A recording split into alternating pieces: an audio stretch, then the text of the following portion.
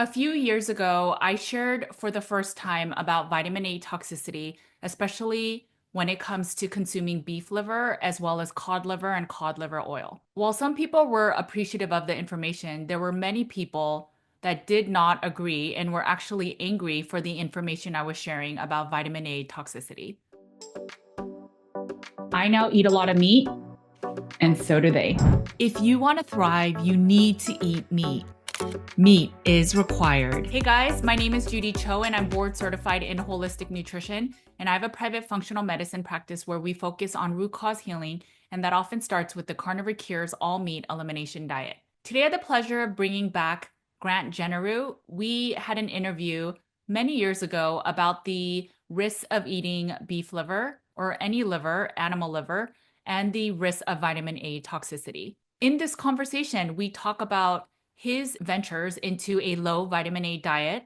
He's been eating almost zero vitamin A for the last 10 years. And when it's an essential vitamin or essential nutrient, meaning that we need to get it from outside sources of our body, why is he not sick? We talk through what he eats, why he decided to go low vitamin A, and the results he's seen and from his community of eating low vitamin A. There's actually a lot of information and research on hypervitaminosis A or vitamin A toxicity, but no one really talks about it. In fact, in the wellness space, it's always about the low risk of vitamin A and how we need to source more vitamin A for optimal health. But just like there are certain things that no one should talk about, such as vaccines, vitamin A is actually an area that if people or researchers share the risk of over consuming or exposing yourself to, people are also shunned about vitamin A. And whenever there is shunning or censorship, you always have to wonder why. Could vitamin A actually be more toxic than it is beneficial? We are taking supplements for vitamin A or eating foods rich in vitamin A, but could these foods and supplements actually be toxic for us? If you have poor liver function, it could be a higher risk. We get into a lot of this conversation, why I even shared about vitamin A toxicity, what it might do to human, children, and even pet health, and who the people are that should try a low vitamin A diet. Let's get right into the interview. Hi, Grant. I am super excited to have you back on my channel. I thought it was only 2 years, but I think you're saying it's closer to 4 years, maybe, that Maybe. you were on my channel. But for the people that didn't watch that episode, I will put it in the show notes. They should watch it. But if you can introduce yourself to the people watching and listening. Sure. My name's Grant Genereux. Actually now a retired professional engineer. Was never really interested in the health space or medical space. So just 100% focused on, other things until I got sick, and then I became very, very interested in the health space and why I had gotten sick and why so many other people have gotten sick. So basically, looking now, investigating root cause of chronic disease. I love it. I That's love it. yeah, And last time we had you on, you were mentioning that all these things about vitamin A. And then I went yep, down that rabbit hole for a bit. I know back then you were doing a low to no vitamin A diet. Are you still yeah. doing that? And if you could share a little bit about your update. Sure. Yeah. So I've been following an extremely low vitamin A diet. I would say as low as humanly possible. I Okay. used to call it a zero vitamin A diet, which technically is not exactly precisely correct, but definitely splitting hairs. Like I'm down to, 2 or 3 international units per day, where the RDA is about 3,000, some 1,000 times lower than the RDA. So just, on this mission to absolutely not have any vitamin A in my diet. And so I've been doing that for 10 years now. Well, last August, I crossed the 10-year threshold on doing that. So, and it's my personal experiment to test the theory that vitamin A is essential or not. And that's what I've been doing. Okay. So, and then in terms of diet, so if you don't mind sharing, what do you Yeah. typically eat in a day then?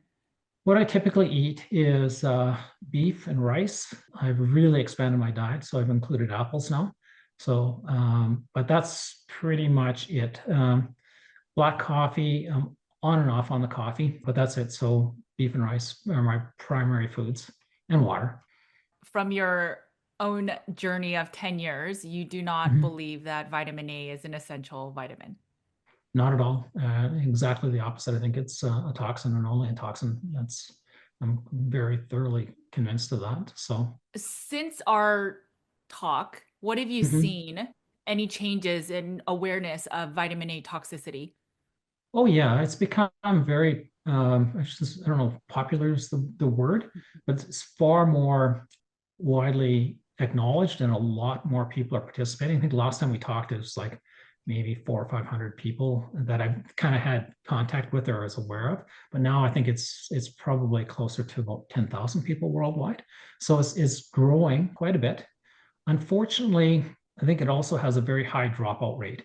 And I don't track it. I don't have statistics. I just follow the people that sign up on my forum, kind of the user count on my forum and the activity there. So that's how I'm kind of gauging it. And then there's some very popular, bloggers that are talking about it on, I don't know if that's blogger is the right word. I don't even go on X very much, but there's quite a bit of talk on X, and there's a forum on Reddit. And so, yeah, it's gaining a lot more interest. And I would say 5 years ago when we talked about this, at that time it was considered just, crazy, flat earth type of theory. But now it's far more widely kind of accepted as something reasonable. Like this is no longer crazy. There's definitely something here. And I think in summary, quite a few people are definitely recovering their health. I get a lot of updates from people that I call them testimonials, but they're just email from people updating me on their progress, and a lot of good progress reports. It's progressing. It's growing. It's gaining traction. It's gaining popularity, both in North America and quite a bit of interest in Europe too. So I get quite a few contacts from Europe. So the Europeans are picking it up. Tiny bit in Asia. So yeah, it's growing kind of worldwide too, right? It's not just North America. Yeah. That's awesome. I will Mhm. tell you that so we get emails through our customer support, and although I don't talk about vitamin A a ton now, obviously I always Mhm. say I don't generally recommend consuming liver or Right. certain organ meats on a carnivore diet, and then the question always becomes why, and or Yeah. our carnivore diet food pyramid has no liver on it, and then people will say, hey, it's missing liver, and we're like, no, it's Mhm. actually intentional, and then we'll Okay. cite our articles that we've written, and obviously you're cited in those articles, and then we'll get emails of thank you so much for bringing up the vitamin A conversation, because ever since removing most of the vitamin A, especially liver, cod liver oil, my health has improved, and we get it occasionally. So it Okay. is Yeah. something that I definitely see expanding. And I really wanted you on to see, one, if it's an essential nutrient, then you should be dead by now with 10 years of not eating vitamin A. And so I thought Yes. it would be just cool to see you come Yeah. on. And then as we were revamping some of our carnivore elimination diet, Mhm. we started this ebook and we never finished it. And so we just started going through it, and then it just reminisced of all the how much vitamin A there is in beef liver, and then even chicken Yeah. liver and all the livers, and especially cod liver and cod liver oil. And Right. then how quickly you can have the recommended daily allowance of vitamin A, and then even the tolerable upper limit, which is saying that even these governmental bodies are saying this is toxic beyond that. And I think Right. for children, even over a half an ounce is exceeding that amount. And it's really Right. concerning. And so I love the work that you do just because of that. What are some of these symptoms? Because maybe somebody hasn't seen our old video, but what are some of the symptoms of vitamin A toxicity, of having excess in your body? Well, I think, the primary cited symptoms are dry skin, dry eyes, hair loss, bone pain. Osteoporosis is well documented as a symptom of vitamin A toxicity or being caused by vitamin A toxicity. Dry mucous membranes, general fatigue, depression, anxiety. Those are some of the kind of top documented symptoms. But there's actually, hundreds of symptoms of vitamin A toxicity. Yeah, and Yeah. that's one thing I love about this whole vitamin A diet or the low vitamin A Mhm. protocol. It's such an easy thing you can try, right? So if you suffer from Yeah. any of the things that you mentioned, if you go on a low vitamin A diet, if you find improvement, maybe there is something to this. And I think it's such a simple thing to try. But, I just mentioned the recommended daily allowance and then the tolerable upper limits. Do you think you can sort of explain or clarify the amounts and what that really means maybe in foods? The RDA, which is the recommended daily amount for an adult, is 3,000 international units. I think that was 900 micrograms of RAE, which is retinoid activity equivalent. So it's 3,000 international units. So how much is that? I'll state it this way. The much more important thing that I'm focused on is chronic vitamin A toxicity. So for your viewers or listeners that are new to this topic, and it's kind of coming from left field, it sounds probably very strange. Like, what is this guy talking about? So there's two categories or categorizations of vitamin A toxicity. One is called acute. That's where you take a massive, large dose of vitamin A, so much at once that you have a disease response to that, or you have a toxic response to that. So that's acute vitamin A toxicity, which I'm really not concerned about personally. I'm not focused on. I really don't care about it. Yes, it does happen. Some people go way overboard on consuming too much in a very short period of time, and they get themselves exposed to that situation. The other scenario is chronic vitamin A toxicity. This is where over time you accumulate more and more and more. And as that bioaccumulates, you end up with more vitamin A in serum, and that vitamin A is causing you a disease condition. So both those scenarios that I've just described are super well documented. That's not speculation. That's not me summarizing or making something up. You can go to the medical literature and just search for those terms: acute vitamin A toxicity and chronic vitamin A toxicity. So my concern is not so much what people would eat in one day. Don't really care about that. What I care about is the bioaccumulation of that over a long period of time. And what do I mean by a long period of time? Decades for adults. So for adults, children are in a different category. They are much more susceptible to vitamin A toxicity. And that's also in the literature. That's well established in the medical literature that children are more susceptible. Now, for adults, in my generation, I think it affected most adults kind of by age 70, 80, 90. You can see old people and they're succumbing to diseases like osteoporosis and dry skin and blurred vision. These are symptoms of vitamin A toxicity, and hair loss. That's another symptom. That's what I'm much more concerned about, is this bioaccumulation over a long period of time. It's really hard for people to get their heads around this, I think, because normally I don't think people have a way of thinking in those long periods of time. I come from a scientific background where, I took a lot of my early years in science was in geology. We were kind of forced to think about periods of long spectrums of time, way beyond any human is capable of. But at least you try. At least you try to think in these long time frames as a geologist. And then, kind of as a mathematician, also you think about the accumulation and this classic calculus area under the curve, kind of doing this math. So the concern is this accumulated vitamin A over a long period of time becoming toxic and overwhelming your liver and body storage capacity, and moving into this scenario where now you end up with too much vitamin A kind of on a daily basis being in circulation. And that's going to cause you the same disease condition as that acute vitamin A toxicity would have if you had taken a very large dose in one day, because now you're effectively, regardless of it's, let's say it's 5 eggs a day or 4 cups of milk or whatever you're drinking, whatever source the vitamin A is, that's much more dangerous now because you don't have the capacity in your defensive mechanisms, primarily your liver and other defensive mechanisms, to safely store that away. Hopefully that makes sense to people. After I interviewed with you, I dug deep into the research because all the carnivores were mad at me that I was talking bad about liver, right? And we'll talk about that in a second. But just to paint a picture, I made an image, and maybe I'll throw it on this video here. But so we talk about the accumulation. A long time ago, they believed that vitamin A was such a deficiency, so they started fortifying cereal. So it's in Cheerios and all the grains. You fortify it in your milk. And then in our dairy products, you said it's also in butter, it's in eggs, and then obviously in the organ meats. And even if you don't eat organ meats, it's in all of the foods we talked about, which most of us grew up eating a lot of. So you get a lot of fortified vitamin A in your system, and then you're saying it gets stored. And then we maybe use retinoid products or retinol products, and then like the Accutanes, where then that might also get stored. And then I think there's a lot of other ways to get vitamin A.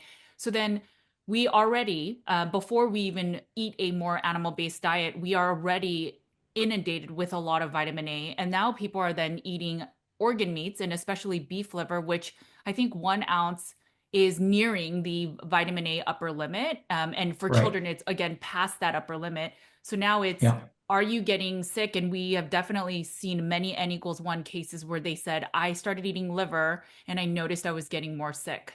The question then for you is like how long does the vitamin A stay in your system? How long does it accumulate? And how quickly does our body detox any of this excess vitamin A? Hey guys, just a really quick break. Nutrition with Judy's private practice is now called Empower Functional Health. I started as a nutritional therapist, but we have become much more all-encompassing. At Empower Functional Health, we do functional medicine, chronic illness, autoimmune, gut health, environmental illness such as SIRS, mold illness, Lyme. Regardless of all these names, the goal for us is always to get you root cause healing answers. And of course, carnivore, the all meat elimination diet is always on the table. Food, the right food, is always medicine. We offer functional tests, prescription meds, and really everything to get you closer to root cause, where you can just eat the meats you enjoy and live the life that you are meant to symptom-free. The goal is to get off meds, supplements, and everything else that your body no longer needs support in. Our practice, whether it's Nutrition with Judy, sharing podcasts and free content, or our private practice, Empower Functional Health, our goal is to support you guys in the barbell theory. We give a lot of free content, our evidence-based research. We don't use Substack. We give all our stuff away for free. We interview with the best and make it super tactical so you have clinical pearls that you can walk away with and try in your own healing journey. And then we work with some people in a smaller subset, one-on-one, to provide that level of personalized care. And as we heal these people that are chronically ill, we find these clinical pearls and golden nuggets that we can share then more publicly so that we can make wellness for all. Hopefully, the content and the guides and the free stuff we give out is enough for you to heal. But if it's not, you can always come and work with us in our private practice so that you can get more personalized care. If you want to learn more, make sure to check out empowerfunctionalhealth.com. That's a really good question. My general assessment is, many decades. So vitamin A is going to stick around in your liver for probably for life, unless you do something to try to expel it. It's one of these forever chemicals.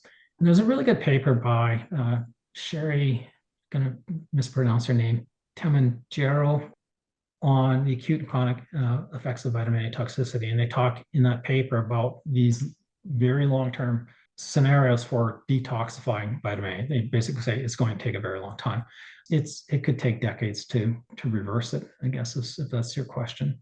I would just make a comment, since the last time you and I talked, I've had a lot of people contact me, a lot of carnivores that were eating liver, reporting exactly what you stated, is that they were started on the carnivore diet, added liver, and this is very interesting to me that, initially they report feeling great, they're doing fantastic, and then slowly over time, their health became really bad. In some cases, extremely, extremely bad. 2 people have reported being near death on carnivore diet eating liver. But, probably going to say probably around 50 people have contacted me from the carnivore community who included liver, became very, very sick. So, thank you for that interview, because it has definitely saved a lot of people. Well, I think the numbers, so that's why I love talking numbers, even though you don't focus on the acute. It's if you, standard care generally doesn't prioritize human health or the individual human health. They just have these recommendations. So the daily allowance or the daily allotment is if you just want a general level of health, you should at least hit these numbers. And then the Right. tolerable upper limits, it's basically if you surpass these numbers, then you will likely possibly get hypervitaminosis A or other toxicities. And then when you look at the beef liver amounts, it is undeniable that if you eat, for children, it's not, I think it's like a quarter ounce of liver. If you eat that, you are surpassing the tolerable upper limits, assuming you're not having any dairy, any eggs, any grains, which most kids already have. So now you're really surpassing that. And so with adults, it's the same thing. So a lot of the carnivores will also eat egg yolks and dairy or some form of dairy, whether it's milk or cheese.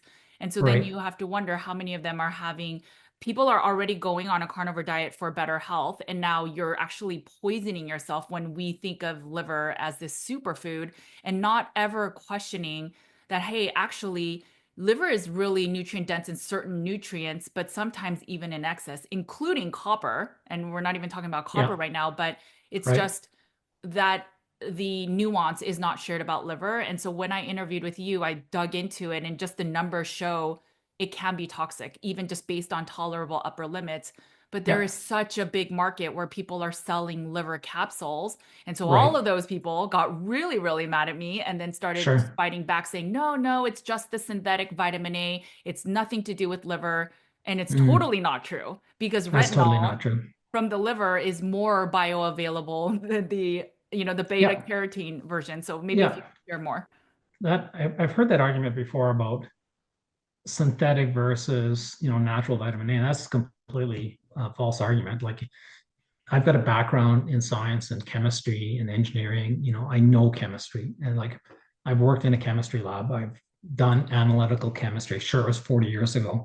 If you went to a professor in chemistry and you say, tell me the difference between synthetic retinol and natural retinol, he'll look at you like you're nuts, because it's a molecule. It's a molecule composed of atoms with a certain geometric structure to it. It's there's no distinction between, quote, synthetic and natural.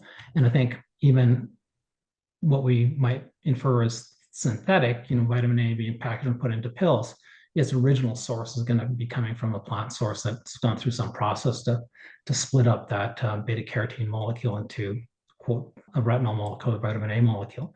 So that whole argument of what's synthetic versus non or natural holds no credibility with me. Now, with regard to the safety of eating liver, sure, you can get away with it for a good long time, or maybe good long time, maybe, I don't know, 6 months, 3 years, maybe more, maybe even a decade, but it bioaccumulates. And that's what's so important for people to appreciate, is this stuff bioaccumulates. And, if you go out to the National Institute of Health site and just search up vitamin A, they'll clearly state that vitamin A is stored in the liver and it bioaccumulates.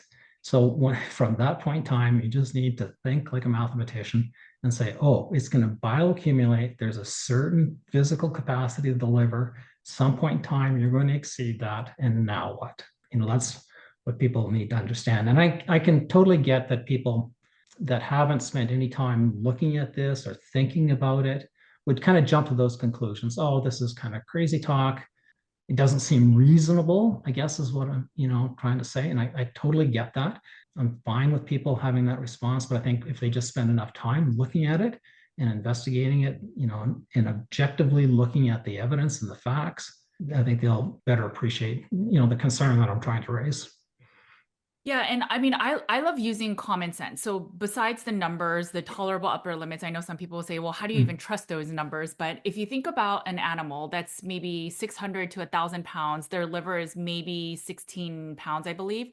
And if they were to split that amongst a tribe, or however they want to argue that again, Yeah, it's yeah. a very few and far between meat source that you would get. Yet we see carnivores saying, if it's healthier, you should just eat more and more frequently. And so I would see stories, and I would see social media posts where people are eating like half a pound of liver, and on Yeah. subsequent meals of like, look, I'm going to be so healthy. And then everyone supporting that as if that's a good thing. But in reality, so where I started seeing the vitamin A and copper toxicity was really in hair mineral test. And we started seeing, Okay.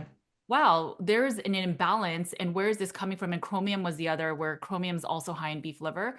And so we started asking these people, what do you eat? And the common food was liver and in excess. So it Right. wasn't just 1 ounce, and it was Hmm. multiple ounces. And then they were trying to get in more. So they would take the capsules and they would take this and that. And the concern is, even with all the organ capsules, so now they have like a variety of like, this is for your gut health and this is for your Oh, adrenals. that's But right. if you look at the Okay. underlying organ, because liver is the biggest organ, Hmm. all most of these supplements, the base is always liver. So you're just Wow. getting Okay. excess liver. Yeah. Yeah, so Okay. even if the brain health one, there's always some form of I see. liver in Okay. it So it's because just it's a cheaper. marketing. Yeah. Okay. It's just a marketing thing to Yep. kind of categorize it into these. Yes. these claims. Okay, yeah, I understand. I don't really know what to say to that or respond to that other than, given enough time, this is going to catch up to these people, right? There's no fooling nature, right? Like we are part of nature, and you can maybe get away with this for a while, but eventually it will catch up to you. And that's a few years ago, I was getting an email maybe once a week, kind of tapered off, but then I get more emails, and had a very dramatic email and a follow-up call with somebody a few months ago. Maybe we can talk about that, because he is a person like you just described. He just went super gung-ho on eating liver, and he became incredibly sick to the point where he was near death. But I'll tell you, vitamin A toxicity is well known to cause the stunting and malformation of bone growth. So osteoporosis and bone growth. And I once read a study of researchers going through, grave sites in, I think, Norway, graves that they had dug up in the 1500s or something, and they're diagnosing vitamin A toxicity in these skeletons based on the malformed bones. So why am I talking about that? Because this fellow that contacted me about, eating all this liver, young man in his 30s, he said he actually lost 2 inches of height. Wow. Yeah, so it shrunk his bones. Other people that have contacted me who've taken Accutane, it's quite common for these people to say it's deformed their bones. If people think that this is a game, you better think again, because this will catch up to you and the consequences could be extremely severe. So that's my warning. Okay, so I know the answer, but I'm going to ask anyway. I think even aside from vitamin A, just to say my last soapbox about liver, Mhm. even though I know everyone thinks it's a nutrient dense food, you have to think about it in context. So if it's nutrient dense, get all the nutrients, look at it within its RDA versus the tolerable upper limit, see what else Yeah, it's missing, and then the balances of it. So for example, because it's really high in copper, it is not high enough in zinc, and zinc and right. copper fight against each other. You need zinc Yeah, to make enough stomach acid. You also need it for immune function. So if you are depleting yourself of zinc because of the excess copper, again, what about that? It also is not balanced in all the fat soluble vitamins. And I was going to ask you about that. That's one of the arguments of, well, we need to balance all the fat soluble vitamins with, and liver is really rich in vitamin A, but it's very deficient or very low in vitamin D, E, and K. But what do you say to the general nutritionist, or the recommendations that fat soluble vitamins must be balanced and vitamin A is one of them? well, I disagree with that, but my general opinion is that the two primary fat soluble vitamins would be vitamin A and vitamin D. And Okay. vitamin D actually counteracts the toxicity of vitamin A. So vitamin D bonds to or binds to the same receptor as vitamin A. So you could temporarily mute the toxicity of vitamin A by taking vitamin D. But vitamin D is also toxic, in my opinion. I think it's well established in the literature too. So, over time, that could catch up to you also. So, yes, there's some validity to someone saying, okay, if you balance vitamin D and vitamin A, the toxicity might not be quite so bad. And there's a research paper from the 1940s where they actually did that. So they were doing a toxicity study, once again, on rats, but they gave the rats, a certain dose of vitamin A, and they gave them that same dose of vitamin A with vitamin D.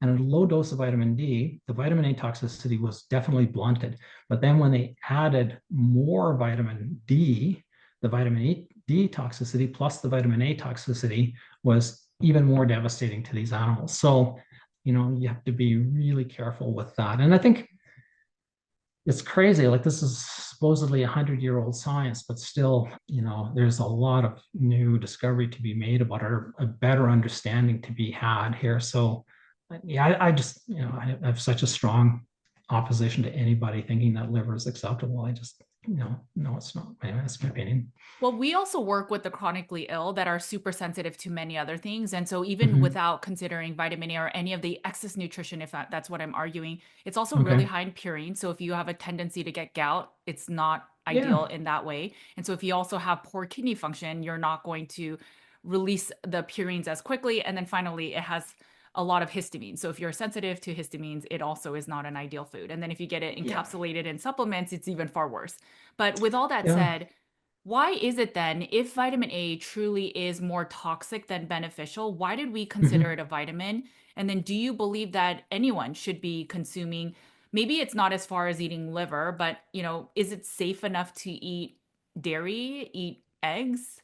What are your thoughts? Well, yeah, I think, okay, why is this considered a vitamin? Let's start there. So early researchers back in 19, kind of starting around 1913, 1825, there was a lot of interest in discovering vital substances in food called the vital amines. And there's a lot of prestige and money to be had if you could discover one of these vitamins. And especially a vitamin that was declared essential, then you're going to make a boatload of money if you can synthetically produce this. I'm going to say synthetically produce it, market it, and sell it to billions of people. We're talking a very big money industry. And the vitamin industry, since that time, has always been a very big money industry for the pharmaceutical sector. So there's a lot of money being made in vitamins. So my assessment of the determination of vitamin A being a vitamin, essential vitamin, looking at the original research that was done on that is very flawed. And I've written about that in my ebooks. I've got an updated blog post on that. So I think that science went very wrong. And so that's a position where I think that's not valid. On the flip side, we have been dealing with vitamin A as humans forever, like for thousands of years. And we are well adapted to consume vitamin A in a reasonable amount. Okay, so if you consume vitamin A in a reasonable amount, imagine some Western prairie farmer from the 1800s. They lived a good ripe old age if they didn't get taken out by something else. In that scenario, where you're eating high, let's say moderately high vitamin A foods very seasonally in the fall, maybe you're eating some pumpkins or something, but yeah, this is no concern. I have no concern about that. So in a reasonable amount, even in butter and eggs, etc., if you didn't have this high consumption in the past, then you're gonna be fine, right? I think you're gonna be fine for a good long time. So going forward, though, what's happened is we've had a lot more vitamin A in our food. It's bioaccumulating, and that's raising the concern. I'm not advocating for everyone to try to do what I'm doing and eliminate all vitamin A. I think that's kind of crazy. Well, it is kind of crazy. You don't need to do that, but just stay away from the big ticket items, is what I think. So Yeah. what would you consider the big ticket other than liver and cod liver and all the livers? What would you consider other big ticket? Well, the other big ticket is some of the plant sources like sweet potatoes, spinach, pumpkin, carrots are maybe medium, mangoes actually. Those would be some of the big ticket items. And some of the sea, what they call sea vegetables like kale and stuff like that, I think are very high. Some of the spices are incredibly high in vitamin A. Now, fortunately, with spices, you don't use a lot of it, but the concentration of vitamin A in some of the spices is just off the charts. What are some of those So spices? so chilies are very high in vitamin A. Some of the peppers, like the jalapeno peppers, the chipotle peppers. So a lot of the peppers that are used in South America are very high in vitamin A. So you have to be aware of that. From animal sources, actually, the real only big concerns are our liver and also kidneys. Yeah, So I know some people are advocating for eating kidneys, but kidneys can be high in vitamin A and also high in retinoic acid, which is the most toxic form of vitamin A. So I think organs like kidney and liver should not be on the menu ever for anyone. That's my opinion. right. And I'm on the same page with you. And we work with the Mhm. chronically ill, and the people that we Mhm. see healing, we don't even advocate for them. There will be occasional people that will be low in maybe copper, and so we'll say maybe, and so maybe even after this call, I Mhm. won't say it, but we'll Yeah. say maybe half an ounce every like once every few weeks, but maybe even that they don't Yeah. need it. It's just sometimes we'll see the need, but like you said, it's just the vitamin A is so high. And if they already have poor liver function, let's say they're insulin resistant or they have other things that their body is trying to detox, such as mold, then their liver is already inundated. And then add to that the insult of vitamin A storage. And then if they're taking a lot of vitamin D supplementation, that is also not ideal for them. So it's just knowing your case, obviously, but this whole more is better notion was the whole point I wanted to bring up Okay. this conversation because more is not better in this situation, and the more I Right. research, the more it's proven that it's not. And it's just there are such great markers out there saying liver is so good for you. And sure, from a nutrient density, if you do So the general nutrient facts, they do 100 grams per 100 grams. So of course, compared to 100 grams of steak versus 100 grams of liver, the liver will look more nutrient dense, but you have to think of context. No one eats 100 grams is about 3.5 ounces of meat. No one eats 3.5 ounces of meat. They might eat 16 ounces, and no one eats 3.5 ounces of liver for the most part. It's about half an ounce. So then the information gets skewed. And then what about all the other nutrients? I think people just see, Yeah, oh, look, there's like 6 nutrients that are super a lot in liver. And so therefore we should eat liver, but it's actually really, really strong marketing. And right, you bringing up sweet potatoes reminds me. So we just got a puppy, and I was looking at all the non-grain dog foods, and the third ingredient is always liver, and then there's multiple livers. And of course I know right. it's because liver is cheaper, and Yeah, so I can't even feed my puppy any of the raw dog foods because there's so much liver. And then they add vitamin A and copper as a nutrient in it, and they wow, will also add sweet potato. So it's just, wow. I wonder what it's doing to our dogs. Oh And I don't yeah, think yeah, yeah. anyone is looking at this. Oh, I know. Yeah, yeah, I know. And so many people with pets, these pets are getting the same horrible chronic diseases that Right, we're getting. right. Like skeletal problems at a relatively young age and cancers. Things are not going well for our pets, and it's absolutely the food. Yeah, I agree. Do you think that some of our chronic illnesses are stemming from vitamin A? I mean, you mentioned something. I know your Oh book shares yeah, a lot, and I'll put it all in the show notes, but sure. insulin resistance, even diabetes, these Yeah. areas, what does it have to do with vitamin A toxicity or excess vitamin A? Most of the autoimmune immune diseases are being caused by vitamin A toxicity and a lot of others. I really focused on Alzheimer's and dementia in my ebooks, and a lot of psychiatric diseases, depression, anxiety, et cetera. So there's a long list of things that I would attribute to vitamin A toxicity. With diabetes and insulin resistance, I've looked at that quite a bit. I've written an updated blog post on that somewhat recently called Obesity Causation 2.0. So I think in the diabetes community, and let's call it, the health space that you're working in, the carnivore health space or the, keto health space, insulin resistance is being blamed for, a lot of the chronic diseases. Right. And the further claim is that insulin resistance is being caused by carbohydrates and prolonged elevated insulin. I don't think that's correct. And I've had some pretty good evidence in my blog post on why I think that's not correct. I think that actually vitamin A is actually the root cause of insulin resistance and all the complications that come from that. Does it really matter what the very root cause of insulin resistance is? I think it does. Nevertheless, the carnivore community, keto community who are taking this position that carbohydrates are kind of the root cause of these disease conditions is, I don't think that's correct, but it's very, very valid in the scenario where people want to lose weight. So if you want to lose weight, then low carbohydrate diet leading to low insulin, low prolonged insulin, that's definitely going to bring down the obesity and weight gain. But the very root cause of insulin resistance is malformed either insulin receptors or other proteins that are being malformed by the overload of vitamin A. So that's in my blog post. People, I really, would love for people to read that, chime in, give me any criticism or feedback. But so that's my take on it. Yeah. Okay, so if I understand you correctly, and I will go and read that blog post and Mhm. I'll put it in the show notes so people can see your Sure. citations and the Mhm. explanation. But just the Yeah. super summary is that it's not that because you're eating carbohydrates, which raises your blood sugar, and then there's excess insulin, and then your insulin just sort of becomes numb or doesn't work enough, Right. and that's how you become insulin resistant. Rather than that model, you're saying that with excess vitamin A, it can impact the receptors of insulin and then do Yeah. damage in that way.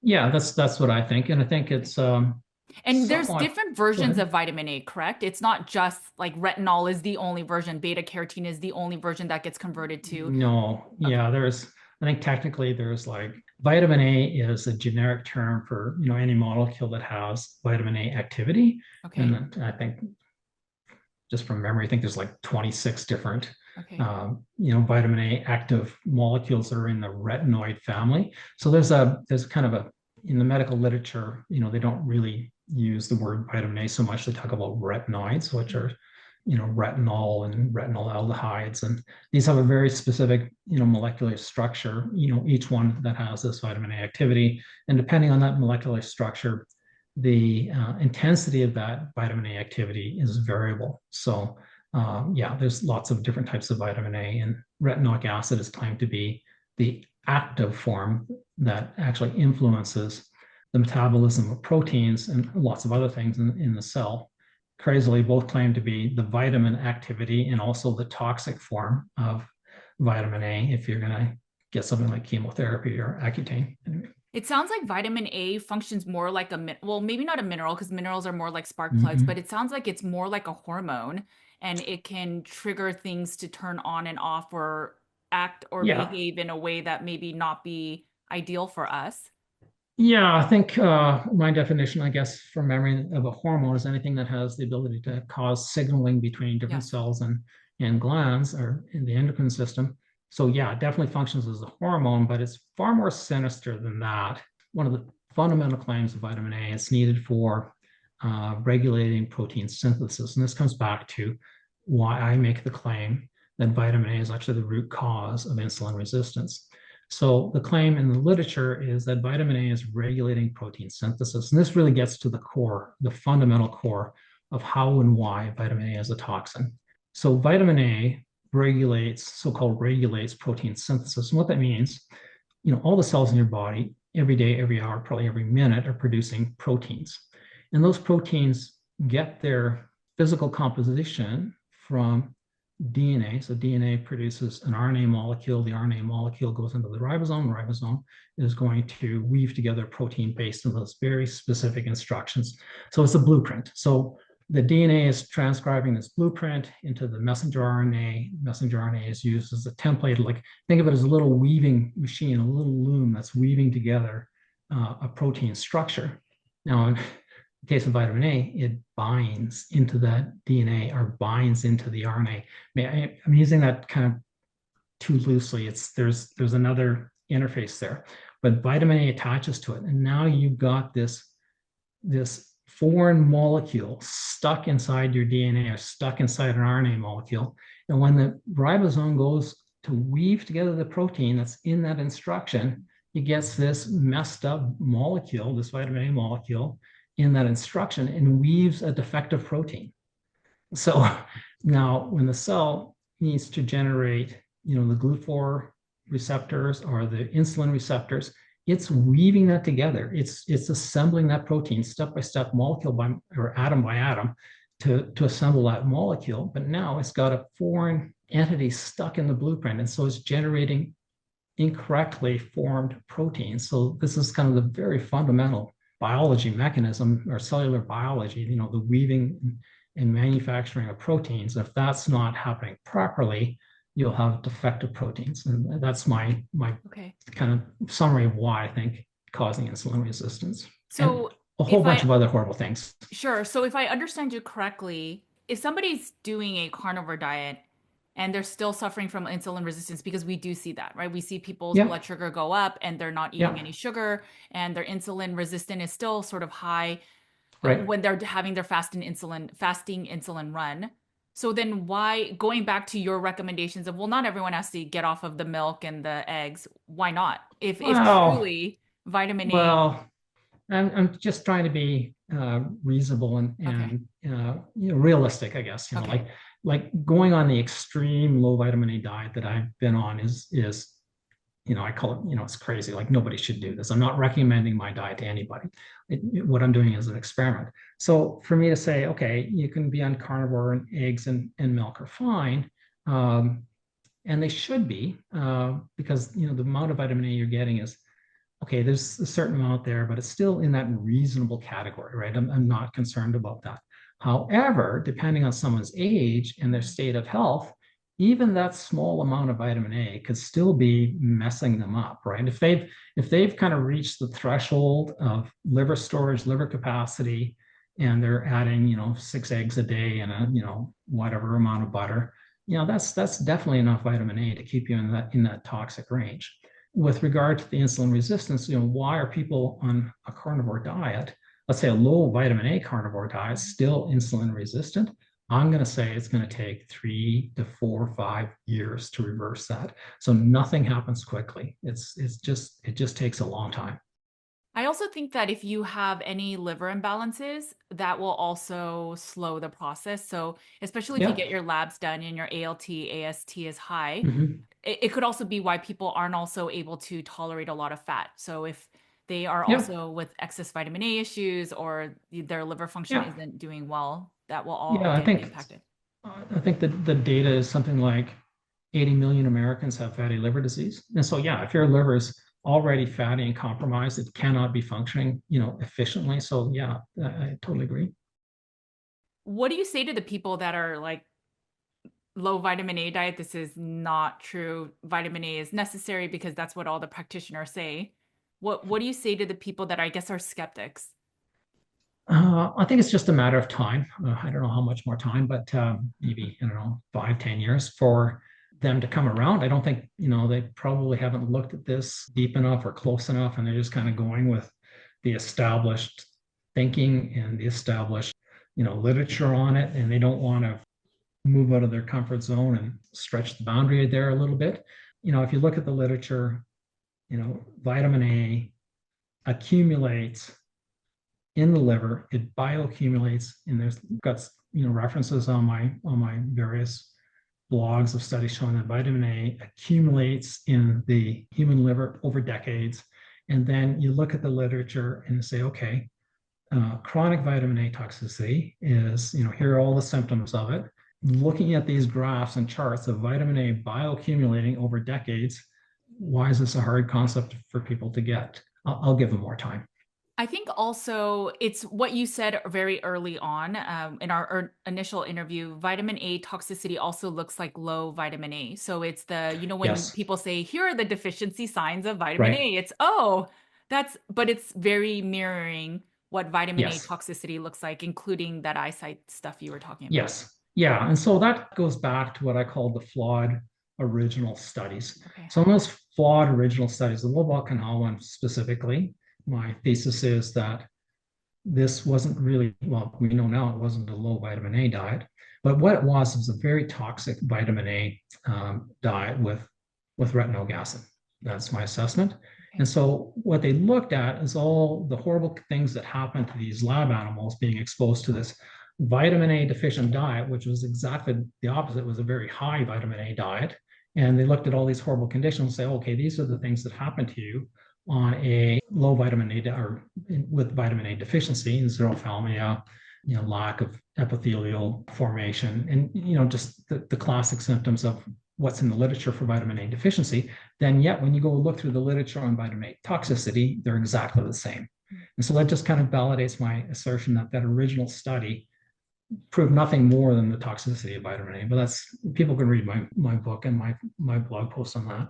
So, can you share a story or two of people that have gone on this low vitamin A? And I know it takes a while, maybe even years, Yeah. and having some health improvements. Yeah, so I get, I get, like I said, I get an email about once a week, and generally people are pretty general about their health improvements, like overall, just a better sense of well-being. I don't know, for whatever reason, women seem to talk about improving their cognitive health or mental health, resolving anxiety and depression. I've had two other people besides myself saying that they're recovering from chronic kidney disease. Lots of people are saying that their skin has improved. A couple of reports of people reversing their liver disease. Quite a few people saying that they've recovered from eczema or eczema and psoriasis. I think most commonly I get a report from people saying that they're just feeling a lot better in their overall health. Same with us. So our Yeah. context will always be I went on carnivore, started feeling better, but then I was also eating liver, and then I just started Mm-hmm. feeling really bad. Some of them would just vomit. That was like one thing that they Mm. would share. And over time, though, as they went on the low vitamin A, they started feeling better. So the general symptom is just better wellness. That's a big Right. one that I hear. But let Yeah. me ask you, so some people will say, well, I am on cod liver oil, and that has made all the difference in making me feel better. Yeah. Other people will be on I think it's called tretinoin, I think, and or Oh some yeah, type of isotretinoin. Accutane version Yeah, yeah, of the yeah. retinoids. And they're like, look at my skin, it's so much Oh better. yeah. And I actually stay very far away from all of those, and I have decent skin. But why is it that some people, by eating cod liver oil, which is even higher Hmm. than beef liver in vitamin A Hmm. levels, feel better and also with the skin? So I've had, multiple reports from, for whatever reason, mostly men, and they're, I'm going to say generalized. These are men in their probably 30s with a very common theme. So they started eating liver and they felt absolutely great. They say, I felt the best I felt in a Right. long time. Yes. And my health was just zooming when I was eating the liver. And then kind of from there, it went to, I'm not feeling so well. All of a sudden, I'm getting, it's starting to reverse. And then catastrophic, decline in their health. Like I said, two men, it's actually funny. They're both about probably 30 years old. I'm just judging, said that they were on their deathbed with, they thought they were going to die. That's how severely poisoned they were by the liver. So now, why? Why is that happening? I have a very good theory, and I think it's well founded in the science of what's happening. So probably there's other, benefits like glycogen or something like that in the liver. So there's probably some other beneficial thing in the liver that maybe is accounting for that. But I think it's actually mostly the vitamin A. So Okay. so how is it that vitamin A in the short term is making you feel so good and then eventually catches up to you and makes you, feel so bad? And let's talk about the isotretinoin and the retin-A creams, especially, a warning for women. So the reason women are using these retin-A creams is to improve their skin, I think is the primary reason, right? And so what happens is their skin maybe is not feeling or looking as kind of plump as they would like, or they're getting wrinkles or whatever it is, but they want to improve their skin. And so they get the retin-A cream. And sure enough, it works. It Right. works. And the reason it works is actually poisoning cells on the epidermis, but also further down into the skin. And as these cells get poisoned and die, they release growth hormone. And that growth hormone goes down into what's called the basal membrane of the skin and kind of excites or promotes the replication of stem cells. So, mechanism is the retinoid is poisoning these cells. It causes damage to those cells. And a lot of women will report inflammation and burning on their skin when they're taking the retinoid creams, and they get their skin peeling off, but the quote, the layer that comes off, the lower layer that kind of comes off is rejuvenated and looks so much better. Sure, because what's happening, you're releasing enough growth hormone to spur the rapid replication of your stem cells. And this is completely thoroughly documented in the medical literature. This is one of the great claims of vitamin A activity is it's used to regulate stem cell replication and the rate of stem cell replication. So you expose your skin or any other organ or tissue to vitamin A, it's going to release a growth hormone and cause that effect. So why isn't that a good thing? Well, the reason it's not a good thing is because it's a deal with the devil. And eventually you're going to run out of the supply of stem cells in the basal membrane of your skin or any other tissue in your body that has this stratified epithelial or endothelial. And once you deplete those stem cells, your skin is going to become so damaged and probably permanently damaged that you will never recover. So it's a deal with the devil. Short-term gain for massive long-term pain. And I'll just talk about. I just had another email from somebody who contacted me. They've been taking Accutane for a good long time. Of course, they took it for acne. They had acne and they took Accutane. And he said, "Yeah." And I have so many reports from people like this. Took Accutane, their acne cleared up for 2 or 3 months, or 6 months, or maybe even a year, but it always comes back and comes back much worse. The same process is playing out. You take Accutane, what it's actually doing, it's killing the stem cells most quickly in the sebaceous glands of the skin. And so now the sebaceous glands of your skin are not producing sebum, and that's not, feeding bacteria, and your acne is going to clear up because you don't have as much, fat and sebum being released onto the surface of the skin, and it's going to look great. Problem is, it actually, often burns out the stem cells, the sebaceous glands, and your skin can never produce the proper amount of sebum or lubrication, like maybe for the rest of your life. But this one fellow that just emailed me, I don't know, I think 2 days ago, it's just a devastating story. His health. So he took Accutane, over a decade ago, and he's still suffering. Like a decade later, his health is still destroyed. And this is one of the common things that we see. There's so many people in my forum. There's an actual section on my forum for just for Accutane, and so many people are reporting these 10-year, decades long complications from taking Accutane, sometimes even once. That's the mechanism of action for these retinoids. They cause cells to grow really fast, replicate really fast, but in doing that, they're actually damaging the tissue and sometimes permanently damaging the tissue. People need to be aware of that. I think these products should be taken off the market. I think they're So okay. if I'm hearing you correctly, it sounds like, just to make it super simple, if you use these creams, they work, or even the consumption of liver or cod liver, because they're basically killing off whatever cell or stem cell that was there, and then they're basically creating a new version very quickly. But long term, you might be using up all the cells, and then long term, you may get impacted. But Yeah.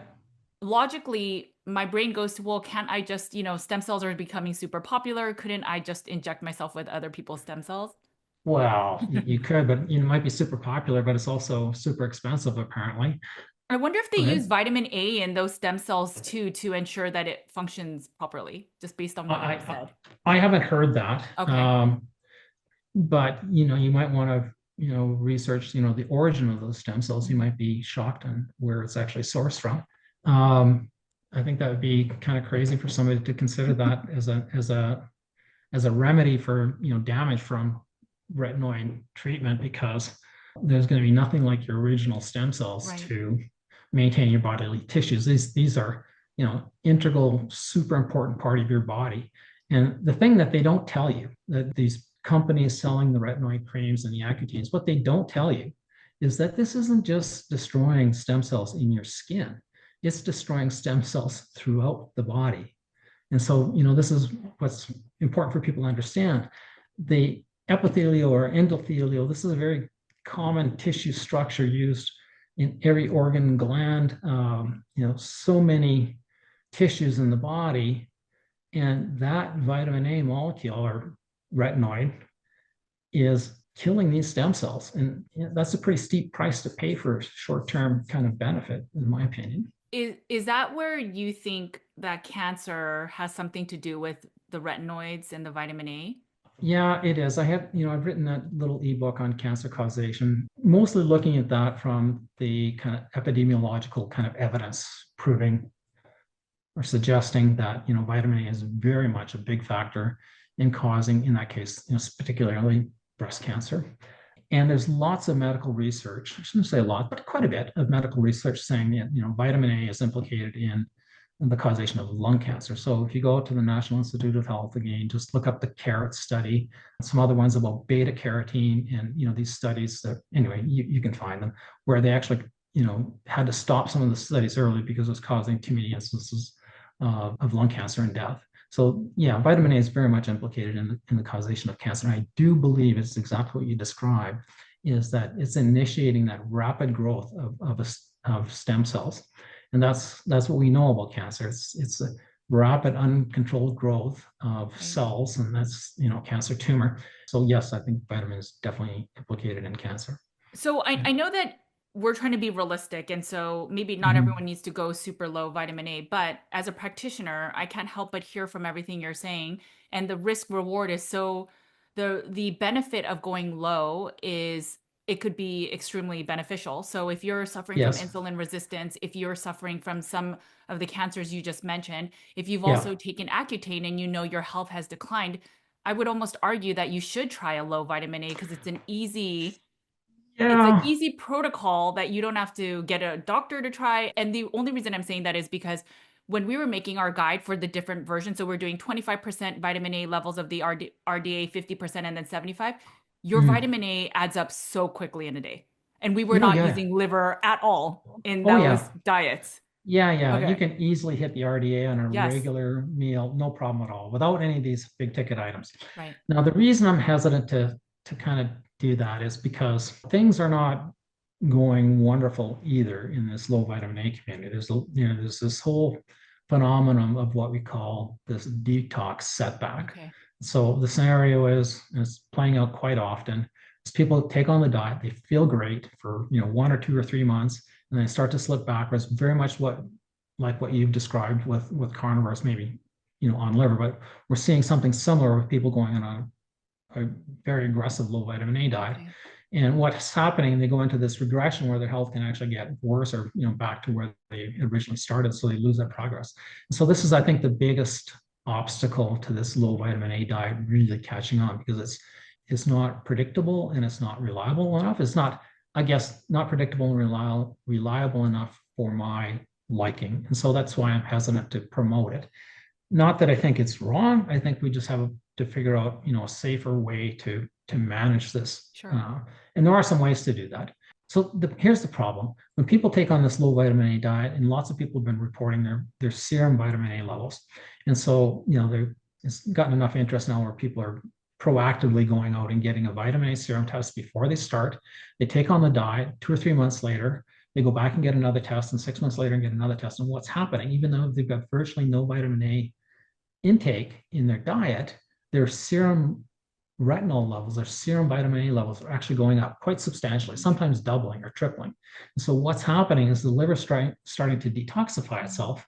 And by doing that, it's spilling out more vitamin A into the bile and into the serum, and people are getting sick. So we know why people are getting sick. So you have to have a strategy and an upfront plan for mitigating that. And it's pretty, there's some pretty good things that someone could do to mitigate that or reduce that risk. But I think people need to be aware of that. So that's the primary reason I'm not advocating for someone to go ultra low in vitamin A, because I think there's this potential for this blowback. So if you go on a low vitamin A diet, your liver is not going to be so aggressively detoxifying. I think you're going to have a better chance of long-term benefit, and you won't suffer that, medium short-term decline in your health. Sure. And as a That makes sense. practitioner, we actually see it often in everything. So it's not even Okay. just vitamin A.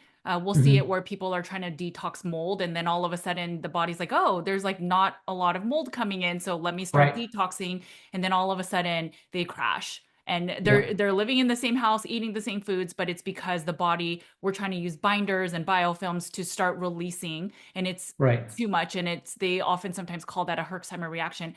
And you'll hear it online with the oxalate protocols where people go too low oxalates and then they're like dumping as well. So if people understand that if this whole vitamin A toxicity sounds like that's what they're suffering from and they want to go low vitamin A, they have to ensure that their detox pathways are working really well. So they're Right. sweating daily, they are having bowel movements every day. And if they're not in Yep. that camp, then they probably will have a reaction when they go low vitamin A. So they probably want to go a lot slower, hit the RDAs and vitamin A levels at least, and then just slowly titrate down. And Well, I wouldn't say, sorry, I wouldn't go say ahead. hit the RDA. I'm going like Okay, okay. one tenth the RDA, but Okay. don't go to absolute zero. I mean, Okay, I'm okay. just throwing out that number 1/10.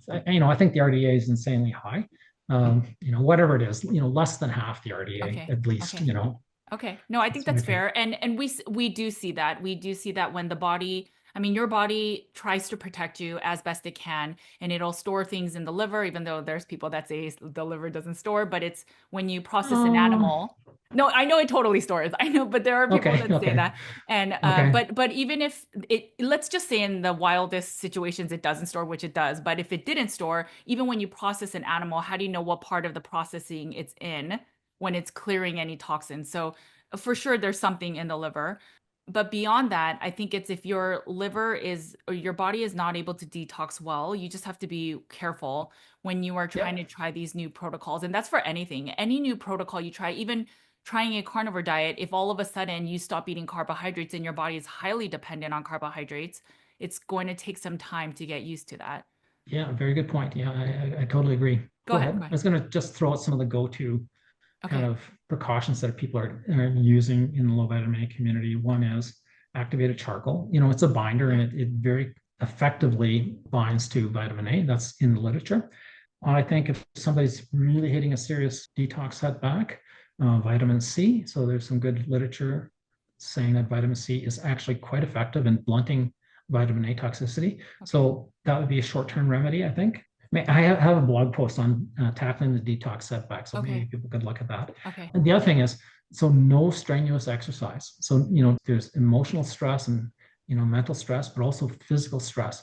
If you go out and think, oh, I'm going to get in really good shape, I'm going to lose a lot of weight, I'm going to go on this low vitamin A diet, and I'm going to start exercising like crazy, wrong. You're going to get in trouble because that exercise will stir up a lot of vitamin A in out of the liver, and you will get sick. And so, unless you're younger, if you're in your 20s or something, you probably get away with that. But if you're in your 40s and 50s and 60s, someone jumping into this and thinking, oh, I'm feeling great, I'll start exercising really aggressively, that would be a mistake. So stay away from really strenuous physical exercise, stay away from mental stress. Say that. The body stores a lot of its toxins also in the fat. And so when people lose fat, they will also start releasing and then they feel worse. I think that's one of the reasons why maybe when people start a low carb diet and they start losing weight, they say, oh, this diet doesn't work for me, and they feel worse. It's because they're actually releasing toxins. Does vitamin A get stored in the fat at all? Oh yeah. Yeah, absolutely. Okay. Yeah. Absolutely. Yeah. And that's why human fat is yellow. Oh, interesting. Okay. What makes sense about the activated charcoal is there's also studies that it also releases some level of heavy metals. So I think, because we will use it also in mold toxicity. It doesn't remove all molds, but it will remove certain ones that can support the overall healing, but they have to go slow. So for example, somebody that's constipated, we can't put them on activated charcoal super quick, because if they're more constipated, then they're going to just recirculate that toxic bile. It's worse. And it'll get them sicker. Yep. Yeah, for sure. Yeah, totally agree. Yeah. I know you brought up vitamin A testing. We find that if people just do they go to LabCorp and Quest and test vitamin A, it's all over the map. It's not always what's really in the cell. Sometimes we see it. We have seen actually in SpectraCell testing where people will test the vitamin A levels in their cells, and we've seen it high. We've actually seen them high several times. It's not always the case. I know it's not perfect. But do you recommend testing at all, or do you go by symptoms? What do you recommend? No, I think testing it's actually well documented in the literature that vitamin A serum levels are not at all indicative of storage vitamin A in the liver. So it's a disconnect there. And it really depends on how much protein is in the diet and a whole bunch of other factors. So vitamin A in serum is almost always bound to this retinal binding protein. In order to have enough retinal binding protein to move vitamin A into serum, you need protein, you need zinc, and a bunch of other things. So if you take on, let's say you're on a low protein diet, low zinc diet, all of a sudden you start eating more protein, more zinc. Well, your vitamin A serum level is actually going to go up. So testing I don't think people should do it other than if you're curious. If you want to, and some people are, right? They want to track their progress. And I think that's good, but I don't think there's any medical benefit in actually testing for it. It's just like go by how well you're feeling is a much more important measure. Well, I appreciate all the work you do. Your ebooks are free, and you do all this work for free. So obviously there's no hidden agenda in the work that you're doing. And so I just appreciate that you're just sharing your experience, and then all the work that you've done, you're just sharing it for free because you've learned that vitamin A actually can be toxic. And some of us that are eating more liver, it's not a good thing.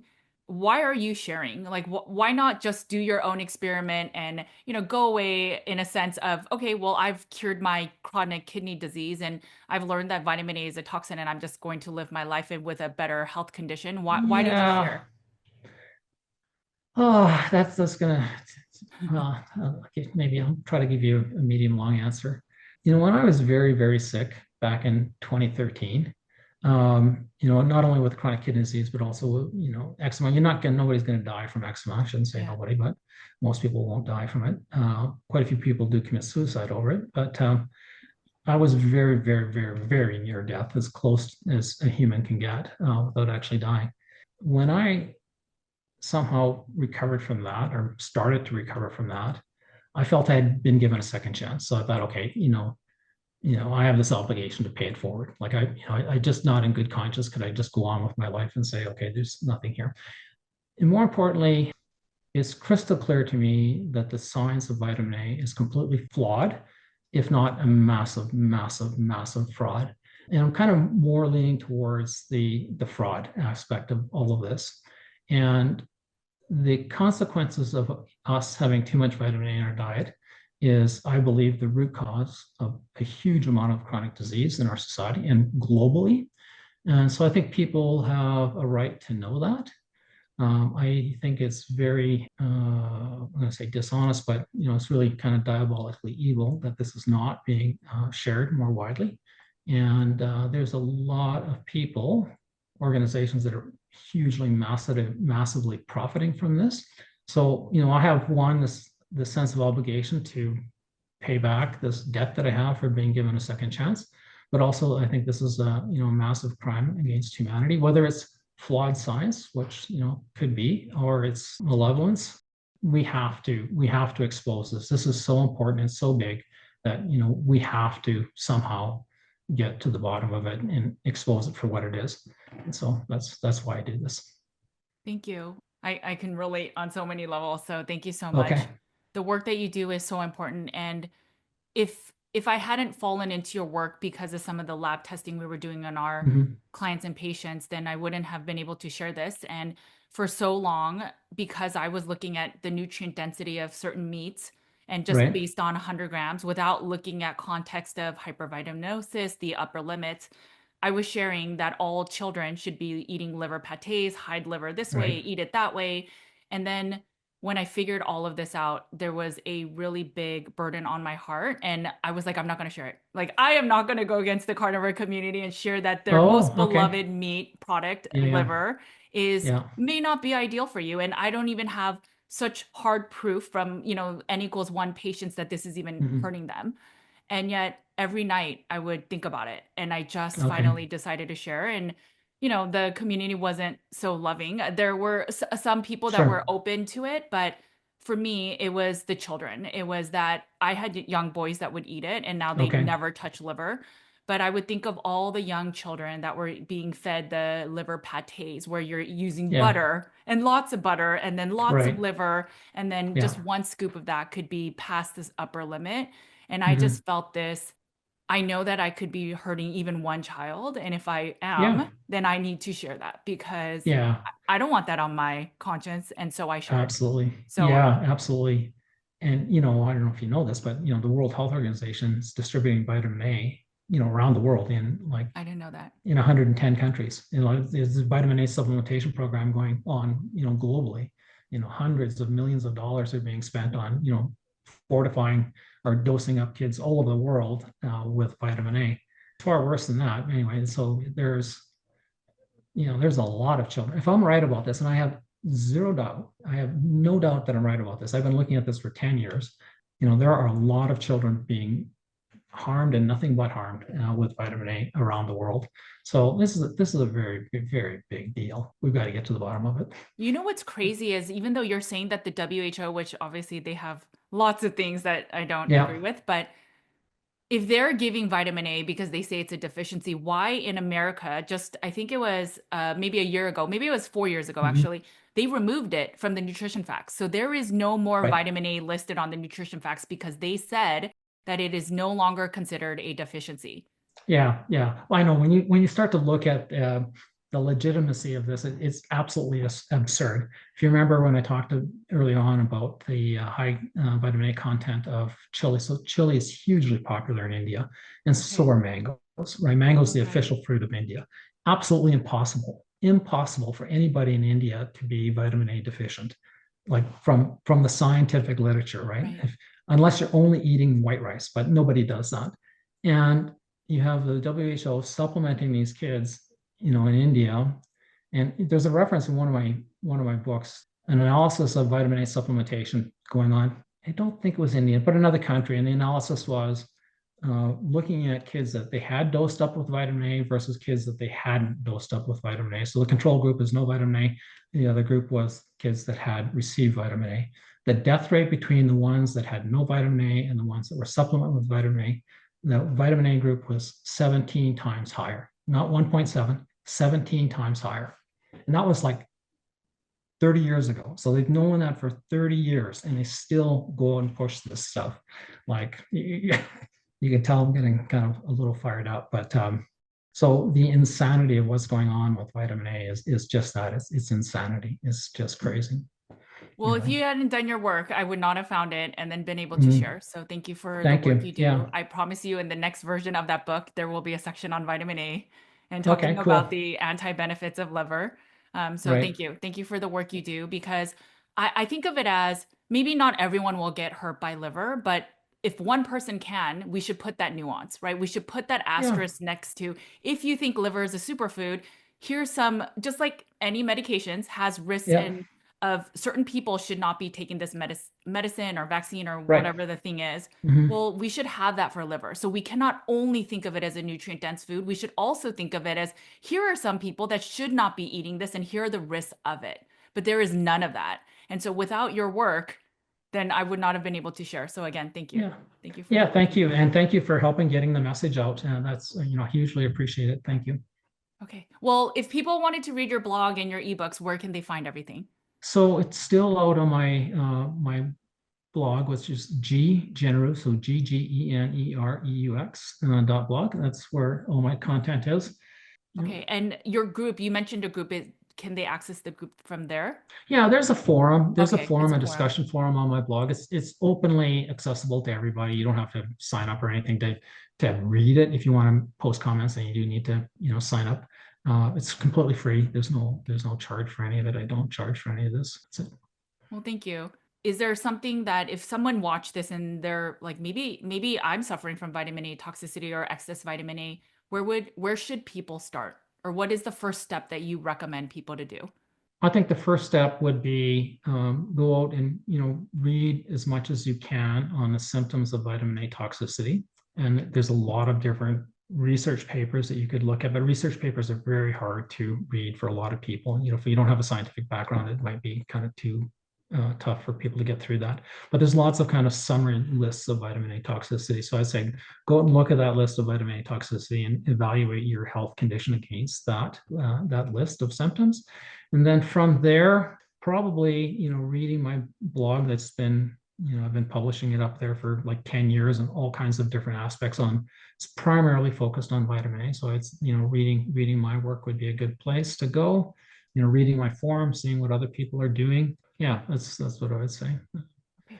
It's one of the things I was going to say about people eating liver and thinking that this is a superfood and it's whatever. What people need to be aware of is very, very difficult to detoxify from vitamin A toxicity. It takes a long time, and making a full recovery can often be very problematic. So there's no quick fix, right? There's not a quick fix, but if you're in trouble, you're better off starting today than a year from now. So get going on it. Yeah. And awareness is Yeah. key. So that's why, Mhm. we do the things that we're doing right now. So thank you. Okay. Good. All right. Well, Thank next you. time, well, I'll have to have you back on again and see where you are and what new findings you found. Okay, great. Thank you, Okay. Judy. I Thank really you. appreciate it. All right. See ya. When I interview people, and I've interviewed, I think, nearly 300 people that are experts in their field, you sort of get a vibe from the person. When it comes to Grant, there is zero monetary incentive for him sharing what he does. He does the research of 10 years on vitamin A toxicity and is even more certain that vitamin A is causing a lot of imbalances, specifically the retinoic acid. And if you watch our first episode, he talks about the nuances of vitamin A and retinoic acid. If there is a lot of truth in this vitamin A causing autoimmune, lots of the skin conditions and other imbalances, it's pretty simple to try a low vitamin A diet. Now, of course, you have to be careful if you will have a Herxheimer reaction or if you're detoxing too quickly for your drainage pathways.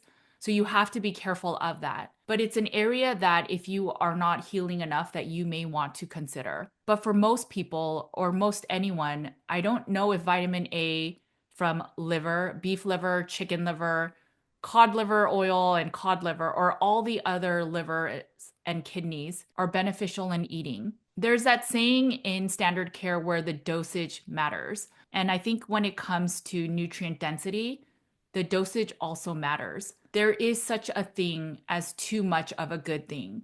And so while liver may be nutrient dense, maybe it's just too nutrient dense that it's actually more harmful than it is good. Of course, you have to go through your own journey to figure this out. But for my community, for my children, and for my family, we do not eat liver. Now, occasionally after a hair mineral test, especially someone is super low in copper, we may recommend liver half an ounce on occasion. But this interview itself has reminded me that maybe no one should actually be consuming vitamin A. And in fact, if they do need copper, maybe they should be eating foods such as oysters. I really hope that you consider the conversation and then do your own research because there is so much research on vitamin A. I've actually written several articles on just the number side, the tolerable upper limits, as well as the recommended daily allowance. You can see the numbers, and then, as they say, numbers don't lie. If you're consuming a lot of organ meats, especially liver and kidneys, or taking those capsules, you may want to consider if that is one of the reasons why maybe carnivore or a ketogenic diet is not working enough for you. Maybe by removing those nutrient dense foods, you may have more healing than you even expected. If you look at the stories of all the original carnivores that have been part of that zeroing in on health group, such as Dr. Lisa Wiedemann or Amber O'Hearn, they almost never eat organ meats, never eat liver, and Charles Washington as well, who was the founder. And could it be that maybe they had healing and thriving of health because they actually weren't eating the organ meats? Lots to consider. I hope you look into our articles and look into all the research that Grant Genereux has done, and even look at his community and the conversations that his community has. Again, all his resources are free. His ebooks, which are hundreds of pages with sources and citations, are all free. And if you want to look at or consider a low vitamin A protocol, you can find our very detailed guide in the show notes. Again, I am all for root cause healing and wellness for all. And so if one person can get better with this information about hypervitaminosis A or excess vitamin A, then I will always share that nuance because maybe for you, you can consume liver and be okay, but maybe for another person, it will impact them. And if there's one person that would benefit from the information I share, I will always share that information. All right, guys, make sure to eat a lot of meat, take care of your bodies because it's the only place you have to live. I will talk to you later. Bye, guys.